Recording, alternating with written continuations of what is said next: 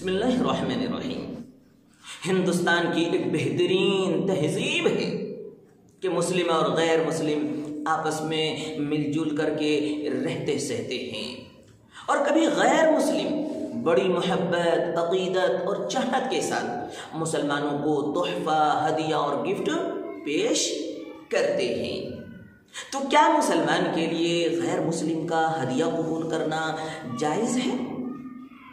تو اس کا آسان اور سادھارن سا جواب یہ ہے کہ مسلمانوں کو غیر مسلم کا ہدیہ، تحفہ اور گفٹ قبول کرنا بالکل جائز ہے، درست ہے، کوئی منع نہیں ہے۔ حضور اکرم صلی اللہ علیہ وسلم نے غیر مسلم کا ہدیہ قبول فرمایا ہے۔ صحیح بخاری میں روایت ہے کہ مکہ سے مصر جاتے ہوئے سمندر کے کنارے ایلا نامی ایک بندرگاہ تھی۔ وہاں کے عیسائی حاکم کا نام یوحنا بن ادبا تھا۔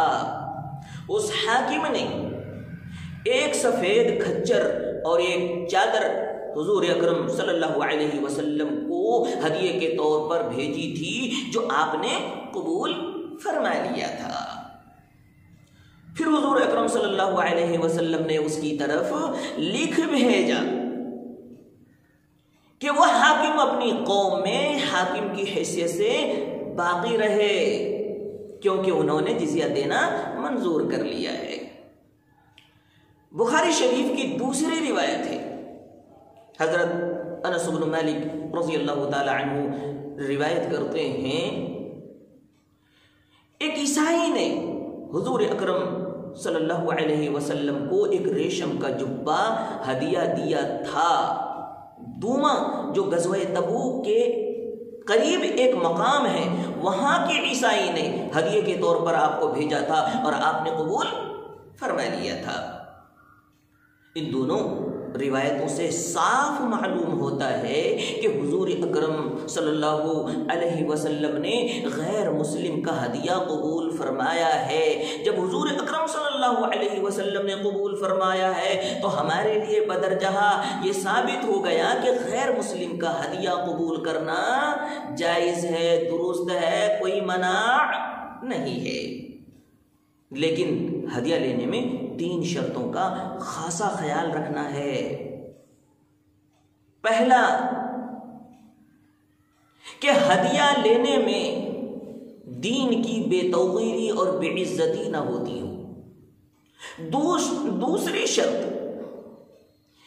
کہ اس کے تحفہ لینے سے آئندہ کسی قسم کا بھی ملی نقصان نہ ہوتا ہو، مذہب کا نقصان نہ ہوتا ہو۔ تیسری شرط کہ جو چیز ہدیے میں دی گئی ہو وہ مسلمان کے لیے حلال بھی ہو، اس کا استعمال کرنا جائز بھی ہو۔ اگر ان 3 شرطوں کے ساتھ اگر کوئی ہدیہ قبول کرتا ہے تو پھر کوئی بات نہیں ہے، وہ ہدیہ لینا بالکل درست ہے۔ یہاں ٹھہر کر ایک اور مسئلے کی وضاحت کر دینی میں ضروری سمجھتا ہوں۔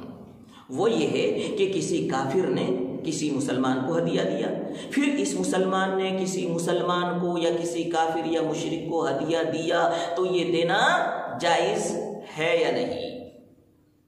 تو بالکل جائز ہے، کوئی منع نہیں ہے۔ چاہے مسلمان کو ہدیہ دے، پھر یہ مسلمان کسی مسلمان کو ہدیہ دے، یہ بھی جائز۔ کسی کافر نے کسی مسلمان کو ہدیہ دیا، پھر اس مسلمان نے کسی کافر اور مشرک کو ہدیہ دیا، تو یہ بھی جائز ہے۔